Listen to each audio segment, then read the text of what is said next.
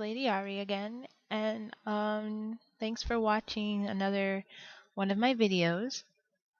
As you know before, I have told you that I am an open Wiccan. Um, I've been a Wiccan for about 10 years, and even though I have been in with it for 10 years, I still find new things to learn.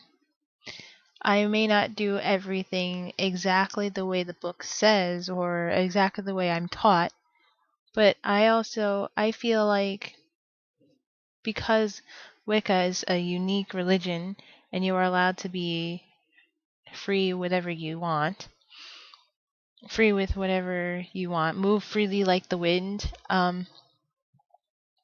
You don't have to do everything that you're taught. You can be taught a certain way and get the general idea, but you don't have to follow it word from word. For example, I do a lot of tarot readings. I enjoy doing tarot readings, and I can't really say my cards are never wrong, but they can be very accurate, just like anybody else's cards.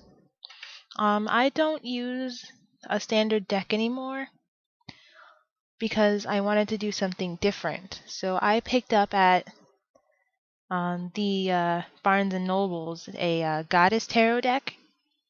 And as you can see, as I show you, pretty much most of the standard cards that you would find in a standard deck would have like Empresses or the Death card. Now, my card doesn't have all that. I only have the goddesses and pretty much the standard cups and staves and swords. It's just there's no Death card. There's no Chariot. There's no Devil card. It's a goddess deck. If you look it up, it'll explain to you a lot more. I'm not going to go into it right now. The way I do my tarot cards isn't. I don't follow the little book it comes with. I do it by random because I believe that doing it by random is more accurate. So let's say I shuffle the cards like this. You can't see what I'm doing, but you can hear it. I shuffle the cards like this, and then I take the cards after shuffling them. I cut the cards in half, like this. Okay, and then I'll ask the person that I'm reading to pick out 4 cards at random. Now, doing it at random judges your fate and destiny. Whatever you do, there's a path or a string that has already picked it out for you. It's just the flow of life.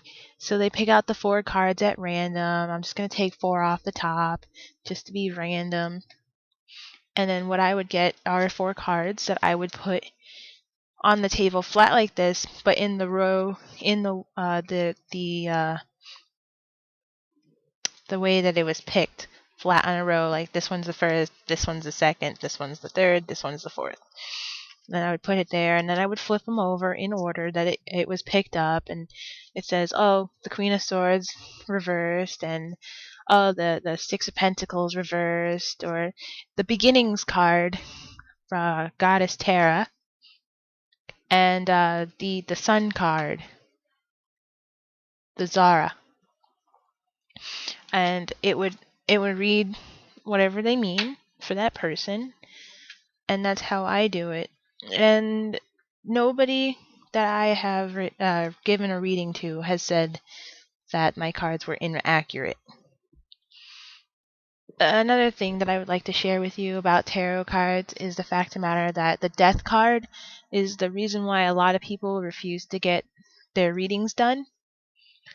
You have to understand that the Death card does not mean death. It means change. It's a great change. It could mean death, depending on what the other cards were saying, but it really doesn't mean death at all, that no harm's coming. You're not going to die tomorrow. You're not going to die within an hour. It's change. Something's going to change. Something major is either going to change for the better or change for the worse. That's all it means. And I've tried to explain that to people so much, but they just don't listen to me. But people tend to believe what they know or hear, so um you can't blame them. Some of them get curious anyways and get readings anyways, but um I just wanted to let you know that you're not going to die tomorrow. Another thought I have is love. A lot of people only do witchcraft just to cast a love spell. And even though it doesn't give you results right away, it actually works. And love spells or any kind of spells are actually real. The thing is, they aren't immediate.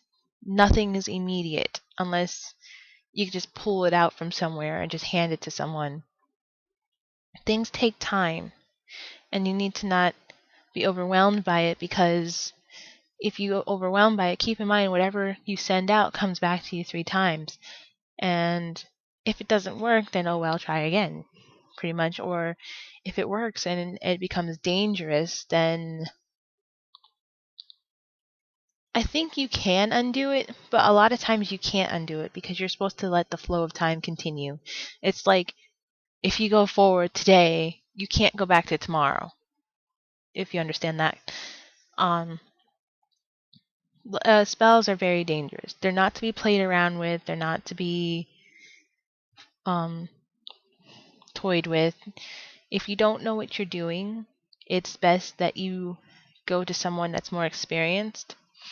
Otherwise, you'll invite something in your home or in your lifetime that you just don't want.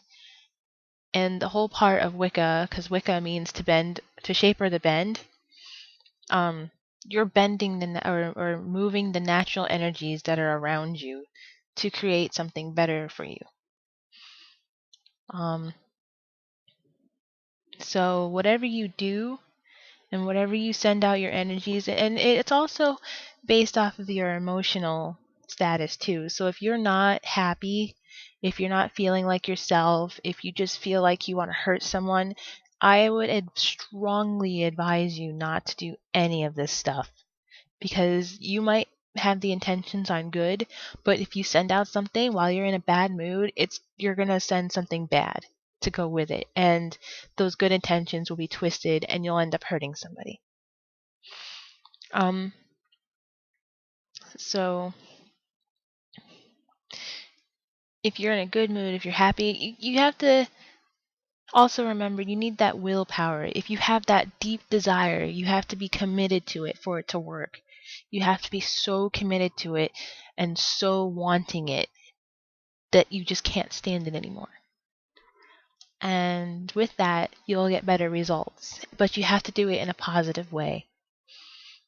That's pretty much the rule for all spell casters, whether you are just fiddling around trying something out or professional.